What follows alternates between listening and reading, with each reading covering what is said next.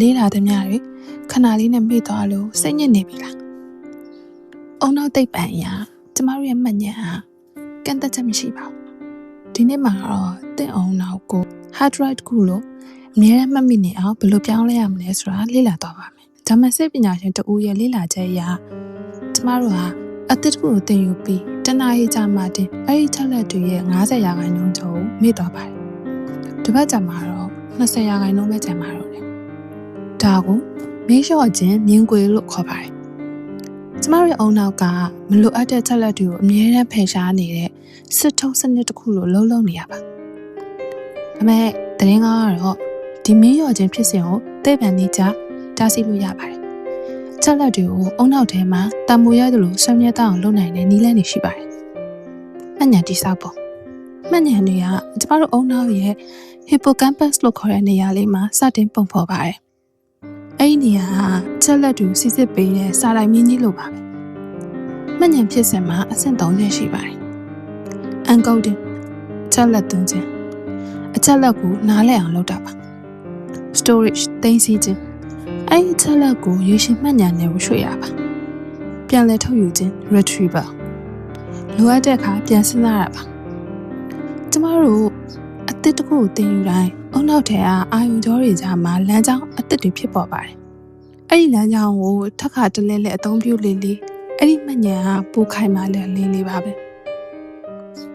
ကျမတို့ရည်မှန်းချက်ကအချက်လက်တွေကိုယာယီမှတ်ဉာဏ်ကနေရေရှည်မှတ်ဉာဏ်နဲ့ကိုလုံခြုံစွာပို့ဆောင်ဖို့ဖြစ်ပါတယ်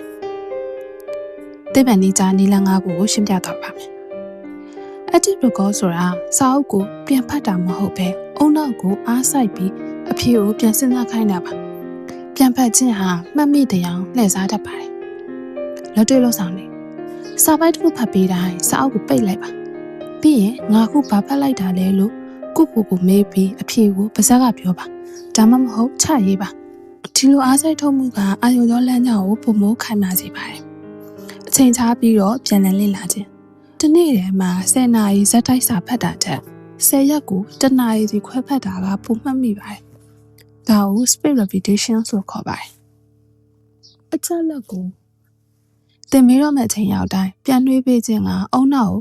ဒါအရေးကြီးရယ်မမေ့နဲ့လို့အမိန့်ပေးလိုက်တာနဲ့အတူတူပါပဲပုံရိပ်နဲ့စာသားပေါင်းဆက်ခြင်းအုံနောက်ဟာစကားလုံးတွေတက်ပုံရိပ်တွေကိုအစ6000လောက်ပို့ပြီးမြင်မြန်စီစစ်နိုင်ပါတယ်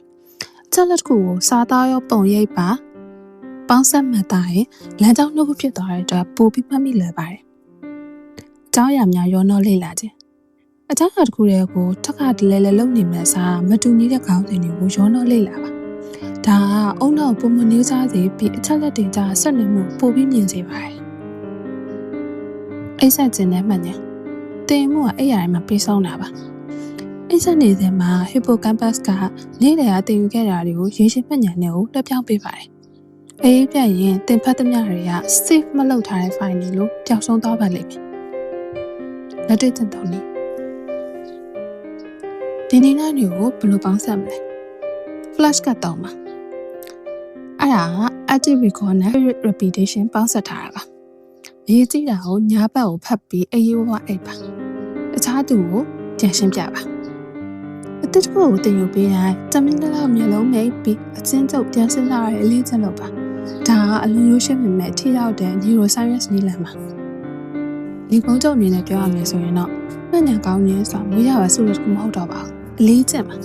ဒီနေ့ကျွန်တော်ဆွေးနွေးခဲ့တဲ့နည်းလမ်းတွေကိုအသုံးပြုရင်တင်ယူနိုင်ကအစာပေါင်းများစွာတိုးတက်လာမှာပါ active record လုပ်ပါအချိန်ခွဲပြီးလေ့လာပါပုံဖော်ပါရောနှောပါပြီးတော့အေးအေးဝဝအိပ်ပါဒီဗီဒီယိုထဲမှာကိုယ့်ရဲ့အုံနောက်ကိုအစစ်မြင့်တင်မှုပထမဆုံးချိန်တန်းကိုလှမ်းလိုက်ပါပဲမရှင်းနိုင်ရင် comment မှာမေးခဲ့နိုင်ပါတယ်ရှင်ကျေးဇူးတင်ပါတယ်